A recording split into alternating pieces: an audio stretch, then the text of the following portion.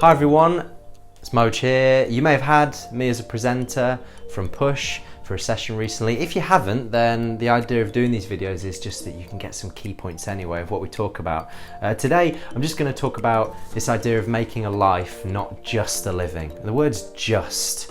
And the words life and a living, I mean, a life, you want life to feel like a road trip.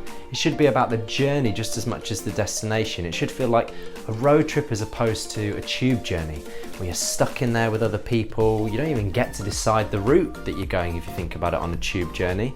On the underground, it's the train drivers and you can only get off at certain points and it's a fixed route, whereas a road trip is much more exciting. What might your road trip be? Well, if you're thinking of options at 16, your options at 16, let's say, was very basically you either go to college or you go to a sixth form. And the options at 16 are never just options at 16. They're options where really you're thinking of it as a bridge to what you can do when you're 18. So when you're 16, what can you do? Well, you can link a college course with an apprenticeship. So you can start doing a course which is maybe a lot more practical assessments. It might be a very vocational, very job specific thing that you start training for at essentially a kind of the base level of it. And then that could lead to at 18 doing essentially a foundation, a HNC or a HND qualification, a foundation in a very job specific thing. So at 16 you can start to really link with employers already, a bit like work experience. There's courses like that. There's also courses where you can carry on going deeper with academic courses, A-levels.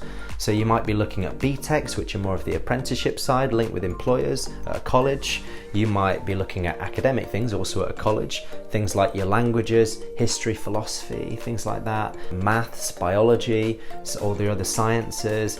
So you can keep doing the things you've been doing already, that you've been doing up until 16 for GCSE, and carry those on, but never forget at 16 to look at those other things you can start doing. Apprenticeship qualifications where you start linking it with employers, BTECs as well. It might be that there's a sixth form college as well where they do a mix. But the whole point is think about what type of a learner you are. Push, we always talk about people being a rounded person.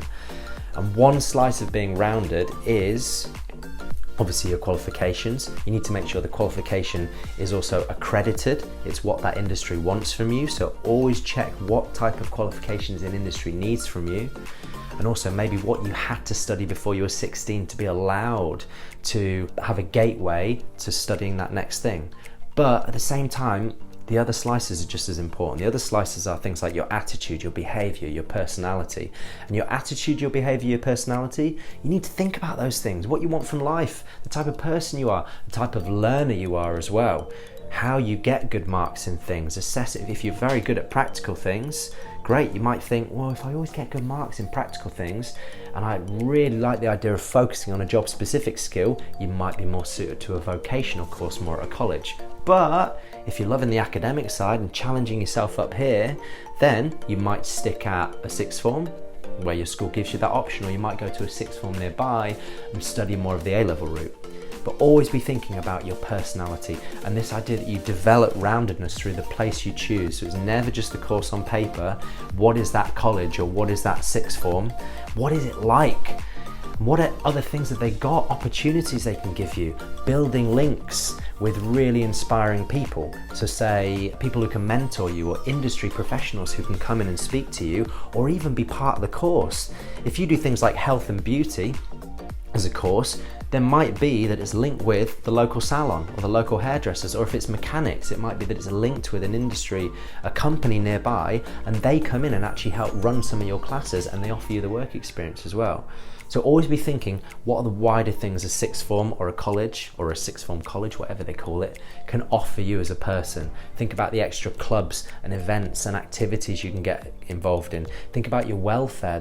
There should be someone there you can talk to about your mental health to check that you're fine with how you feel. But also there should be hopefully someone who you can talk to about employability, careers. So someone who's helping you go, this is what you're studying now, and this is what it can lead to at 18. Here are the choices that the course you're doing now, here are the gates that open to at 18 if you want to choose them. So think about that roundedness. Think about your soft skills as well, all those other things you're developing.